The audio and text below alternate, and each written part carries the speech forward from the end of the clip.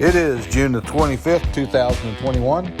I'm Andy, and this is the Minorcan Mullet Report from the Golden Ray Rec site in the St. Simons Sound.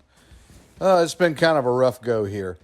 We had a little flare-up of the diverticulitis, caused us to have a little trip over to the hospital for a little IV and some antibiotics. We're still not quite 100%, but we're feeling much better. Thank you. But we weren't the only one that was in the fix-it shop. The Minorcan Mullet itself had a little problem. We were having some engine trouble. We had the mechanic out. They were looking at it.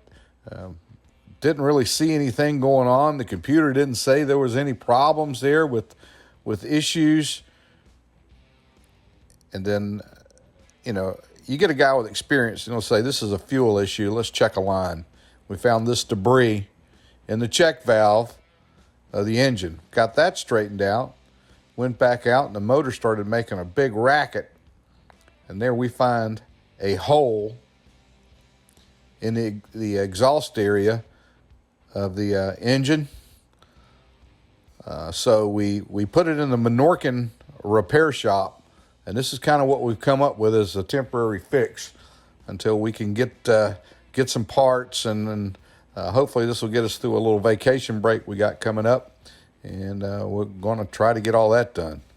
Now, on to the big news. As I'm sure most of you are probably aware by now, that the Unified Command has been approved for the use of linear charges on the dismantling of the Golden Ray, as it appears that the VB anchor chain is just not quite what it was expected to be. We found this company, DMEX. That's what they do. They're in the salvage demolition business. And we're going to include a link to this company down below in the description. If you have the opportunity, you can go on there and kind of look. Now, we're not saying this is the company that's going to be out there doing the work. This is a company that does that kind of work, and they're very good. But they make their own charges, and they have some pictures in there, a lot of information in there on the use of these charges in salvage and just breaking up stuff. These guys are pretty good at it. Thought it might be worthy for you guys to take a look at and just inform yourselves.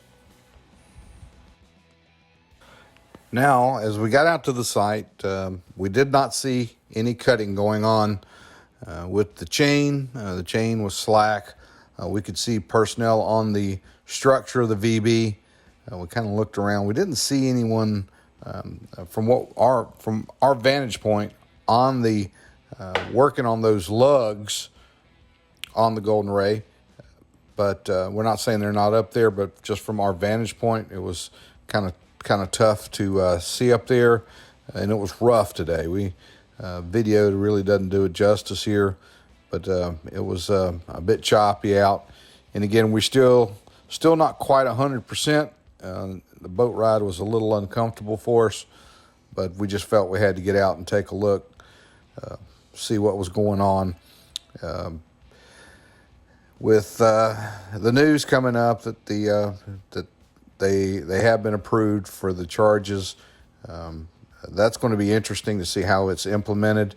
One of the big issues, we've talked to some people about this that are in the business, and there's a lot of slag that's generated that from the tremendous amount of heat with the blast, and that can be a fire hazard. Now you dampen that with depending on its location, sandbags, or there's some other material they can use to help, and they can form these charges and form the retention part of the charges, but it's still a hazard. So it's going to be interesting to see how all that is done, especially in an area that we know has the propensity to be extremely flammable. But here we can see this is the inshore chain. It was slack. They're really, they look like they're getting close. From our vantage point on the shore, while we could see that they were cutting, they look like they're getting close with finishing this Section 3 cut, but it's still kind of dragging along. And then when we come off the maintenance period, the big announcement yesterday by Unified Command's website that they were going to be back out cutting, and we saw where they were cutting, but then we finally make it out on the water, and there's no cutting going on. That's just kind of our luck, and it seems to be luck of the rig right now. It seems, we've said it a few times before, snake bitten. But hopefully they will persevere and get through this thing. They can get all that work done on top. Now, we're not sure, from reading the Unified Command release, they said they were going to be cutting while the work on the top side around those lugs was also going to be going on. And we just really got to be thinking about that. Are they going to have personnel on top of the ship while the chain is cutting? And that's really, I wanted to get out there and try to take a look at that and see if that was actually going on. But here we get out there and we don't see folks working up on the top side. We didn't see them. I'm not saying they weren't there, but they're not working up there. We didn't see them, and the chain wasn't cutting either. So it was kind of it was good to get out and take a look, but we really didn't get the questions that we wanted answered. Didn't get to see what we really wanted to see.